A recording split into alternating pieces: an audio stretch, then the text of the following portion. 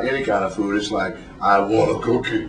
I'm sorry, I didn't mean to imitate it in front of you. That's okay. Anyway, Pt.5, I like you, guy. I mean, dude, I can't imagine why they haven't given you your own show. I do have my own show. You do have your own show? What's going on right now? Is this what this is? Yeah, I'm going to make a drug with my mind show. Well, listen, Pt.5, I'm going to have to ask you not to show this interview with me unless you send me a copy so I can show it to my definitely. kids, you know what I mean? We'll bleep Actually, out. my kids are over 21. Oh, okay, so yeah. Rock on. They can deal with this interview. Yeah, shit. And we're on public access so we can say whatever we want. Well, that's cool, Pt.5. Hey kids, it's Sesame Street behind the scenes. it's Puppets Gone Wild. Woo! This is the Jerry Springer version of Sesame Street. That's right, we're going to start flinging chairs here pretty soon. Man, I'm going to get my head shaved and put a swastika on it and fling the chairs. Oh, okay. Well, not really. That's wonderful. Hey, I got 2 words for you, or 1 word depending on how you spell it. Breath savers. Yeah, I get that a lot. They make these gel. Well, I don't smoke cigarettes, and I only drink, like after the concert. I have a shot. Yes, I actually witnessed someone trying to buy you a drink last night. And what did I tell him? You said, "No, I don't drink alcohol during the shows." That's right. It's a wise move. Well, the thing about it is that when you decide, number one, to come to one of my concerts or the concert that I'm performing at, you have to perform. The thing about it is that because you decided not to do something else instead, when you leave there, I want you to think you didn't pay enough for the ticket. That's my mission in life. And I also want you to leave with a set of balls. Man, you're slick. Slick with the segues. Hey, listen, Pt.5, man, I'm sure you're used to stuff like that.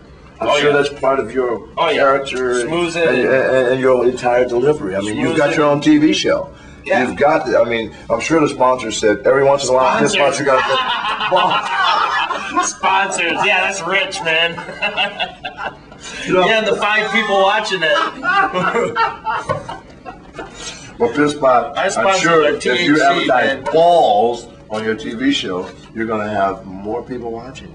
Oh, I hope so. Yeah, absolutely, Pt.5. And if you actually play some of this music, in the background, something like that. That could be arranged. Hey, listen, especially if you ain't going to sue us. I have some special songs on it. Let me see one that you might find, really kind of, that you might like, for yourself. I predict that you're going to like Steady Freddy. Steady Freddy. That's, you can shake your booty to Steady Freddy. Well, now while the show's going on, now that people watching this, Steady Freddy is playing in the background right now.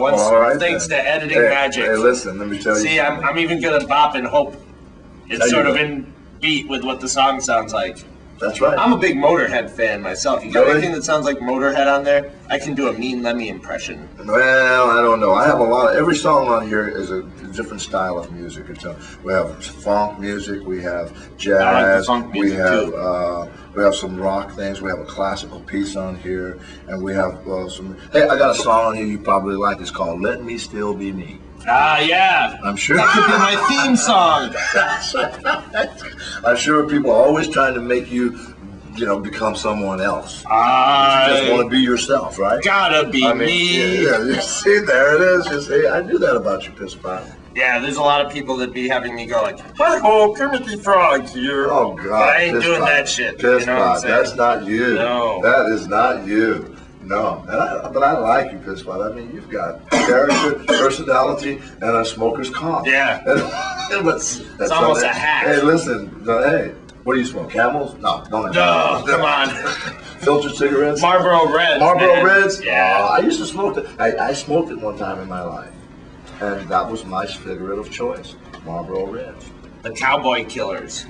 But then, one day I decided that it wasn't doing anything for me. Then the Marlboro Man's lungs shriveled up and be keeled over. Those are other determining factors to help me make my decision.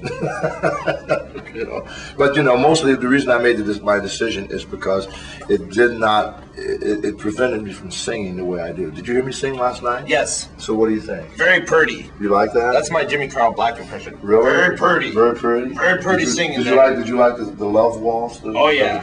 Oh yeah. Was that beautiful or what? Yeah. Oh yeah.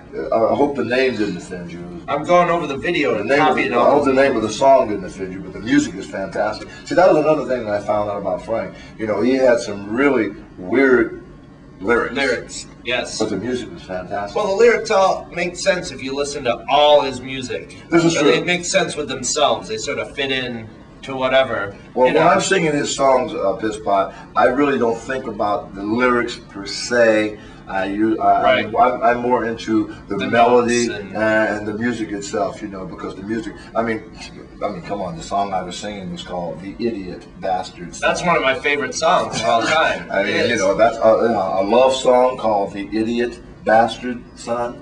Well, he didn't like those schmaltzy, you know, I'm gonna take you out and I'm gonna take you to dinner and then I'm gonna. He didn't like that kind of music. What's he liked the ugliest part of your body? That's another one of my favorites. That's one of my favorite albums of all time. You know, and you're a lonely little girl.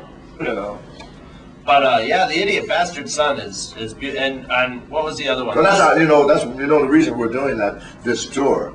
That last tour is because we're using that as a tribute to the Bush Brothers. W. Yeah, W. Yeah, You know, it fits, and a lot of his music and his ideas about politics are just sort of coming into fruition now. This is right. So a lot of the stuff he was saying during the '80s when he was that crazy he was ahead of his time. guy. Yes, he was ahead of his time. He still is. Well, absolutely. And I knew that. George Duke knew that, and this is why we hung in there as long as we did, because we knew that we were making history, and we were being a part of history, musical history that was going to live forever.